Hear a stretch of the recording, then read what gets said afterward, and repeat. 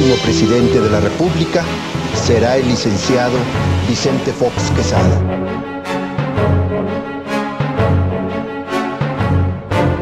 Protesto guardar y hacer guardar la Constitución política.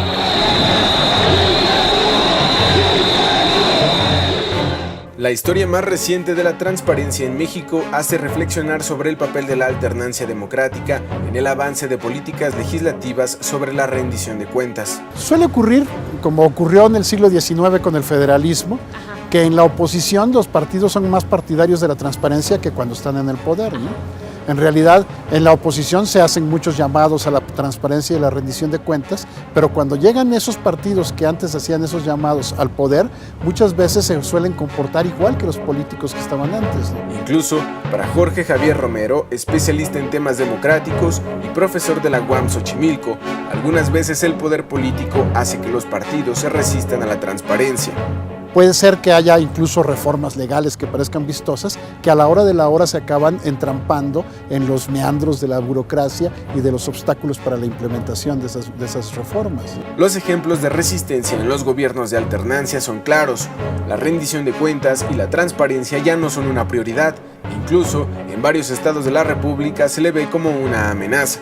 Un ejemplo tremendo es el de Jalisco, cómo Jalisco tuvo un avance legislativo importante primero y después el actual gobierno de Jalisco ha hecho todo lo posible para echar atrás la legislación y hacer una legislación que incluso desde mi punto de vista es violatoria del artículo 6º constitucional. A nivel federal, la alternancia también tiene sus matices. El gobierno de Vicente Fox, que representó quitar del poder al PRI, dejó una ley federal de acceso a la información pública y la creación del IFAI. Después de 96, el primer gran avance democrático que dio el país fue la existencia de la ley de acceso a la información pública y después la reforma constitucional.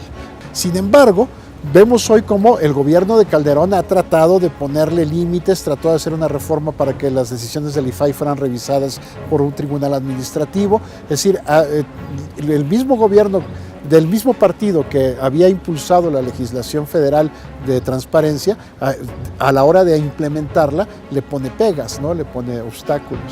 La rendición de cuentas y la transparencia, además de ser motivada por las oposiciones estatales y a nivel federal, debe ser inherente a la cultura democrática de México. En México es muy común que la ley se convierta en simple simulación. Evidentemente, lo primero que tendría que ocurrir es un cambio cultural. Quisiera que los funcionarios públicos, los trabajadores del Estado, no vieran la transparencia como una amenaza, sino que la vieran como parte de su trabajo. Los congresos locales y el Congreso Federal son los órganos encargados de aprobar los cambios legislativos en esta materia, lo cual en muchas ocasiones pone a los legisladores como artífices de los retrocesos, pero también de los avances que se logran en rendición de cuentas y transparencia. Es muy importante que también entre los legisladores avance la idea de que la democracia funciona mejor con transparencia y con rendición de cuentas. Lo que hoy beneficia a alguien que está en la oposición, después lo puede perjudicar si está en el gobierno, ¿no? Entonces hay que buscar leyes que creen este círculo virtuoso, ¿no? En que la transparencia y la rendición de cuentas sea positiva para todos.